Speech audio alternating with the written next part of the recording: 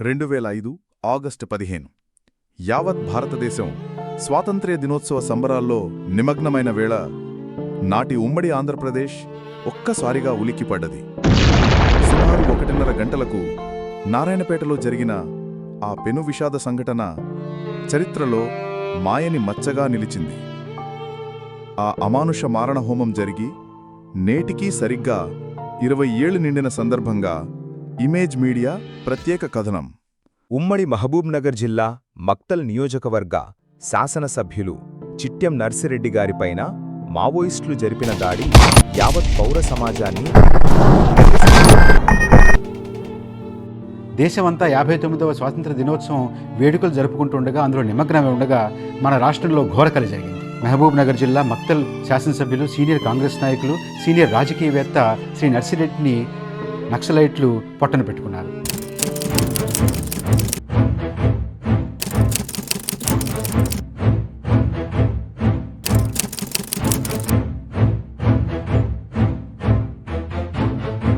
ప్రముఖ స్వాతంత్ర్య సమరయోధుడు చిట్టెం నర్సిరెడ్డి గారు నారాయణపేట జిల్లా ధన్వాడలో జన్మించారు. నారాయణపేటలోని ప్రభుత్వ పాఠశాలల్లో మెట్రికులేషన్ వరకు చదువుకుని చిట్టెం నర్సిరెడ్డి గారు ప్రధానంగా 1978లో తన రాజకీయ ప్రస్థానం ప్రారంభించి 3 సార్లు ఎమ్మెల్యేగా, 2 సార్లు ఎమ్మెల్సీగా, శాసనసభ ప్యానెల్ స్పీకర్గా కూడా పనిచేశారు. 20 ఏళ్ల క్రితం నారాయణపేట చరిత్రలో పీపుల్స్ వార్ నక్సలైట్లు జరిపిన ఊచకోత సంఘటన. ఇంతకీ ఆ రోజు ఏం జరిగింది? చిట్టెం నర్సిరెడ్డి గారిది ఈ నారాయణపేట మక్తల్ ప్రాంతంలో సుదీర్ఘ రాజకీయ అనుభవం ఉన్న వ్యక్తి. ఈ ప్రాంత అభివృద్ధి కోసం ఎంతో ఆకాంక్ష కల వ్యక్తి. ఎన్నో ఈ ప్రాంతాన్ని అభివృద్ధి చేయాలి, ఈ ప్రాంతంలో ఎటువంటి ఇబ్బందులు ఉండకూడదని చెప్పి ఎన్నో కలలు కన్నటువంటి వ్యక్తి. అటువంటి నర్సిరెడ్డి గారు తన రాజకీయ జీవితాన్ని ధన్వాడ పంచాయతీ సమితి అధ్యక్షునితో ప్రారంభమై తర్వాత ఎమ్మెల్సీగా 2 పర్యాయాలు, 1985లో మొట్టమొదటిసారిగా మక్తల్ ఎమ్మెల్యేగా, మళ్ళీ 1989లో రెండవసారి ఎమ్మెల్యేగా గెలుపొందడం జరిగింది. 1994లో తన ప్రియ శిష్యుడైనటువంటి ఎల్లారెడ్డి గారి చేతిలో, మరియు 1999లో కూడా మళ్ళీ ఒకసారి రెండవ పర్యాయం ఓడిపోవడం జరిగింది. 2004లో మళ్ళీ కాంగ్రెస్ పార్టీ తరపున ఎమ్మెల్యేగా పోటీ చేసి 3వసారి మక్తల్ శాసనసభ్యునిగా ఎన్నికవడం జరిగింది. నర్సిరెడ్డి గారి గురించి ఈ ప్రాంతంలో పుట్టిన ప్రతి వ్యక్తికి కూడా నర్సిరెడ్డి గారి చరిత్ర గురించి చాలా అందరు కూడా క్లుప్తంగా అభినయం అనేది అందరికి కూడా మంచి అభిప్రాయంతో అందరు కూడా నర్సిరెడ్డి గారి చరిత్ర తెలియని వ్యక్తి ఈ ప్రాంతంలో ఉండడని చెప్పేది ఒకటి నాకు తెలిసిన విషయం. నర్సిరెడ్డి గారు ఈ ప్రాంత అభివృద్ధి కోసం చేసిన మంచి ఆలోచనలలో ఈ ప్రాంతంలో ప్రతి రైతు కూడా సాగునీరు లేక ఎన్నో ఇబ్బందులు పడుతున్నారు. అలా ఖచ్చితంగా మన పక్కనే కృష్ణానది ఉంది.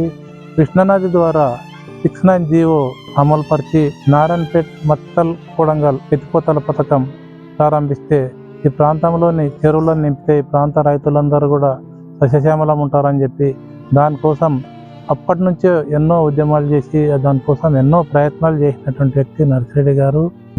ఇవన్నీ చిన్నవి ఇంకా చెప్పుకుంటూ పోతే ఎన్నో అభివృద్ధి పనులు చేయడం జరిగింది. ముఖ్యమైన పనులలో నారాయణపేట బస్ డిపో ఒకటి, సూర్యలక్ష్మి డిగ్రీ కాలేజ్ ఒకటి, మరియు సంగమండ భీమా సంగమండ అనే రిజర్వాయర్ పనులు మొదలుపెట్టిన కొన్ని రోజులలోనే అనుకోకుండా ఆ రోజు వెనుక నుండి వచ్చి మావోయిస్టులు వాళ్ళని టప కాల్చిపారడం జరిగింది. పిట్టలు కాల్చేసినట్లు కాల్చేసినారు. ఆ కాల్పుల్లో అప్పుడున్నటువంటి కమిషనర్ గారు, అప్పుడున్నటువంటి ఎమ్మెల్యే చిట్టెం నర్సిరెడ్డి ఆ పూజాకారంలో పాల్గొన్న నర్సిరెడ్డి గారు మరియు ఆర్డీఓ గారు స్వల్ప గాయాలతో బయటపడడం జరిగింది.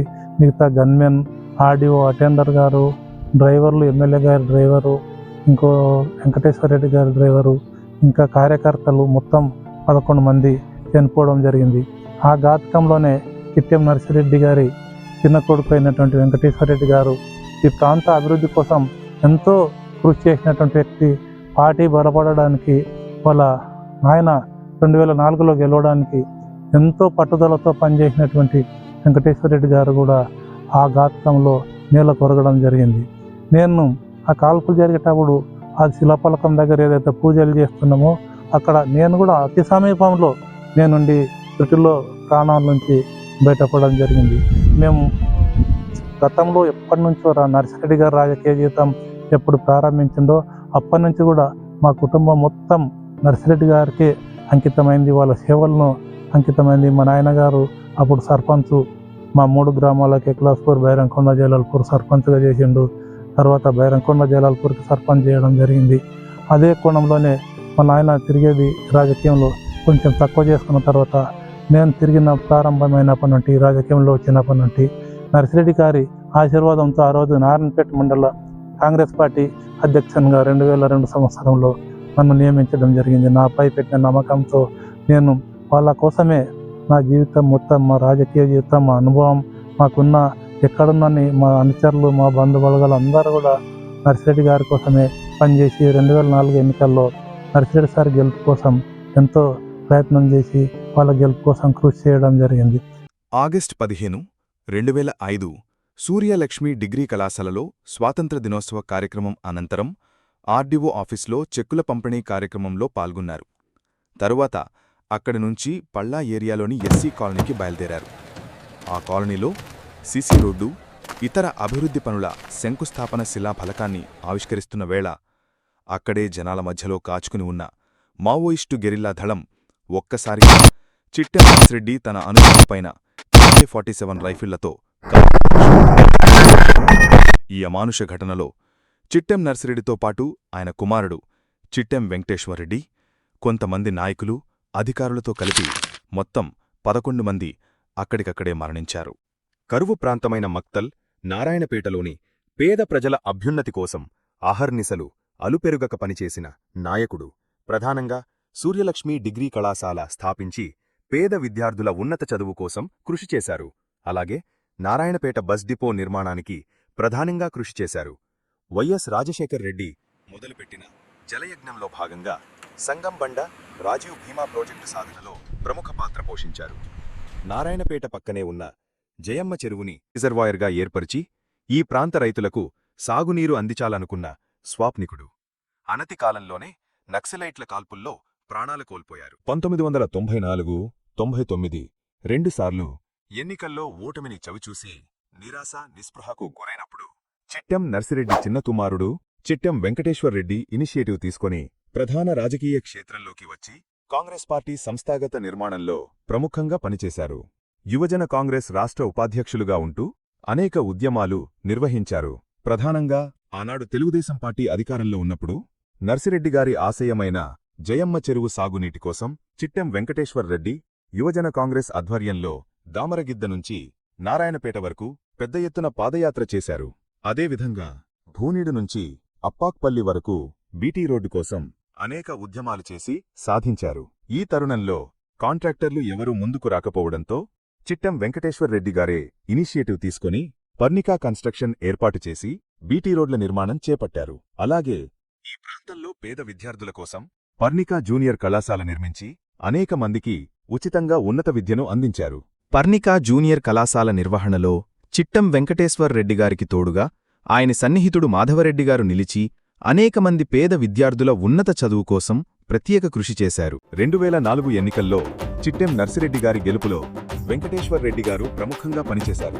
ఆ తరుణంలో నక్సలైట్ల దాడి సంఘటనలో చిట్టెం నర్సిరెడ్డితో పాటు వెంకటేశ్వరరెడ్డి కూడా ప్రాణాలు కోల్పోయారు.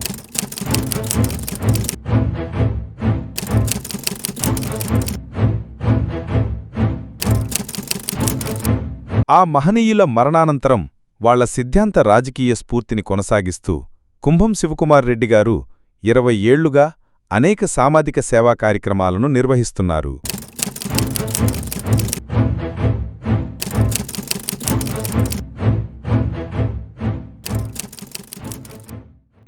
ఆ రోజు ఈ గడ్డ మీద రక్తం చెందినప్పుడు చేసిన ప్రమాణం మళ్ళీ ఈ రక్తాన్ని తీసుకొచ్చి ఇదే ప్రాంతం కోసం, ఈ ప్రాంత అభివృద్ధి, ప్రజల సంక్షేమం కోసమే మళ్ళీ ఈ రక్తాన్ని అంకితం ఇస్తామని చెప్పిన తర్వాత భగవంతుడు మీ అందరం సాయంతో అందరం కలిసి చేసినప్పుడు 30 సంవత్సరాల క్రితం చిట్టెం నర్సిరెడ్డి గారు ఈ ప్రాంతం కోసం ఏదైతే సాగునీరు కావాలన్నారో 2004లో మళ్ళీ ఆయన సర్వే చేయించారో 2014 నుంచి మళ్ళీ ఇప్పటి వరకు నేను కొనసాగించిన మళ్ళీ చిట్టెం పన్నికారెడ్డి గారు మీరందరూ కలిసి ఎమ్మెల్యేని చేసుకున్న తర్వాత ఈ ప్రాంతం సస్యశ్యామలం కాబోతుంది. ఈ 24వ తారీఖున టెండర్లు కూడా పిలుస్తున్నారు.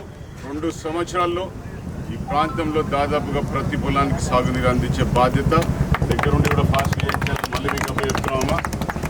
విద్య, వైద్యం, పారిశ్రామిక రంగం, వ్యవసాయ రంగం అన్ని రంగాల్లో కూడా సమాన అభివృద్ధి. 4 సంవత్సరాల కాలంలో మళ్ళీ ఇంకెవరు కూడా నారాయణపేట వెనకబడిన ప్రాంతం అనే అవకాశం ఇవ్వకుండా కూడా మీరు మీ తండ్రి సాక్షిగా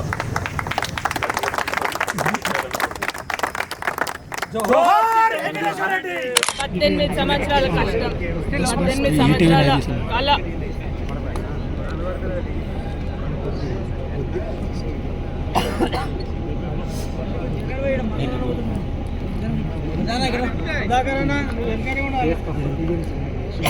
మా నాన్నగారి కళ, మా మామగారి కళ, ఆయన కృషి, ఆయన కష్టార్జితం ఈరోజు ఫలితం దక్కింది. ఇన్ని సంవత్సరాల తర్వాత తప్పకుండా ప్రజా సేవల్లో ఉంటాం, ప్రజల కోసం పనిచేస్తామని కూడా తెలుపుకుంటూ చాలా చాలా ధన్యవాదాలు అందరికీ కూడా. చాలా